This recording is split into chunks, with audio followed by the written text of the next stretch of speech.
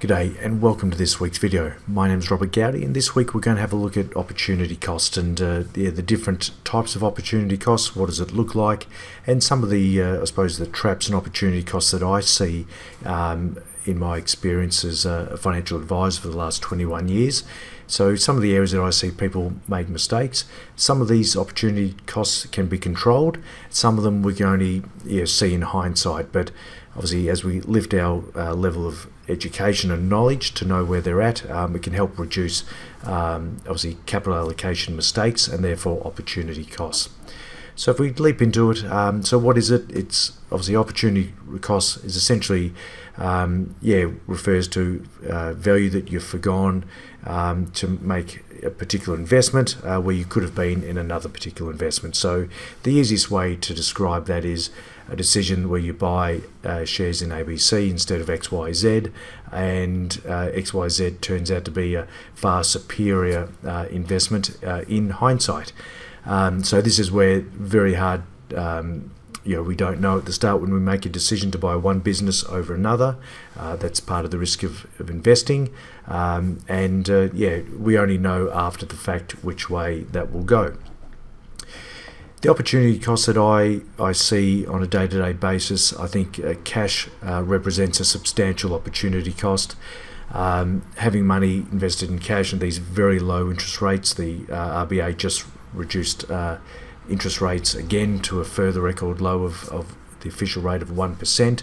And what we've seen over the last 10 years of term deposits have come down from 7% down to 2% or a bit above 2% where they are now. That is a huge risk in itself. We covered that off in a video a few weeks ago, which is worthwhile checking out. Cash represents a huge opportunity cost because we know that cash doesn't do anything.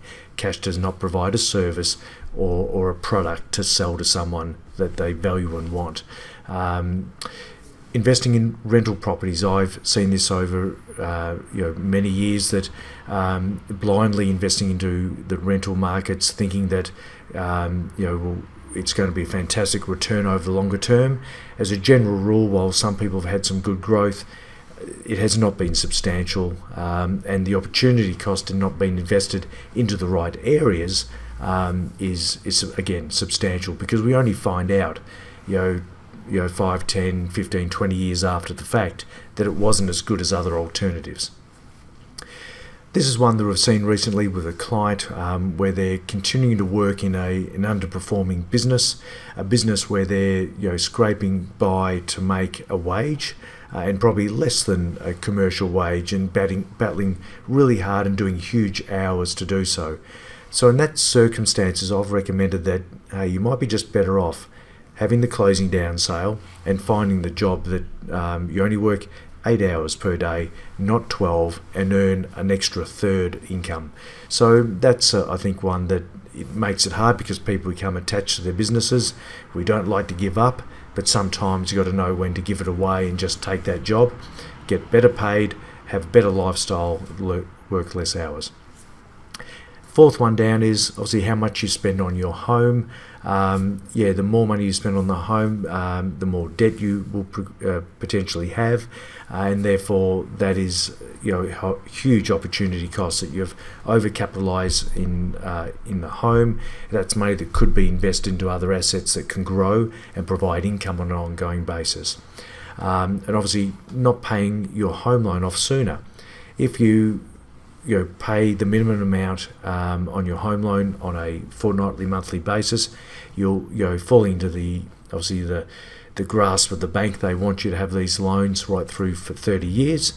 But if you can pay it off a lot sooner, it means that the saving part as you move closer to retirement can happen earlier. And I've done the stats in the past that if you can pay your home loan off 10, 15 years earlier, we're talking about hundreds of thousands of dollars in extra money in interest saved, and also money built up for investment purposes. Now, buy the car you shouldn't afford, that's an interesting one. I see this with younger people a lot and have done over the last 20 years. The amount of young tradies that I've seen in black Holden utes in the past, that may have progressed to higher Luxes and four-wheel drives in this day and age, but going into debt to buy a car you shouldn't afford, or even if you've got the cash and you spend too much on a car, which is a depreciating asset, it is a liability, it is going to not help your bank balance, and it stops you from investing into areas where your money can grow. And again, on the bottom one here, similar to the start, buying business A instead of business B. But diversification helps, with those issues that you might have, a portfolio of 10 different businesses. Some you'll get right, some you'll get wrong. Now, there's some opportunity costs that you can control, and there's some that you can't. The ones that you can't are really the hindsight ones. So again, that example about which particular stock that you buy. But what can you control? Well, you can choose the right asset allocation. So you can choose whether to be in cash or a term deposit, a rental property, or buying a business on the share market such as Microsoft or Google or CSL. For me, that's a decision that if people get the right education, the right knowledge, you can make a decision around that. Obviously, for those that have listened to me, buying businesses that provide products and services to people that value them is the only way to go, and it's what I've done over my last 30 years in investing into the markets. Buying a cheaper house or buying a cheaper car that you can afford, which means you will have these assets paid off less or leaves money for investment into those areas of businesses that I'm suggesting.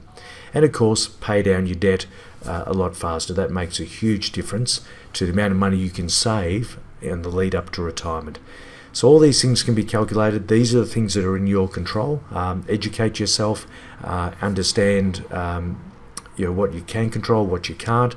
The stuff you can't control, don't worry about, but make sure you increase your financial knowledge so you understand what are the opportunity costs you can control and try to avoid them. Thank you for listening. I hope it was of value for you, and please give us a thumbs up and subscribe to the channel. And if you haven't, if you've been a subscriber, thank you very much for your support. And we'll catch you next week. See ya.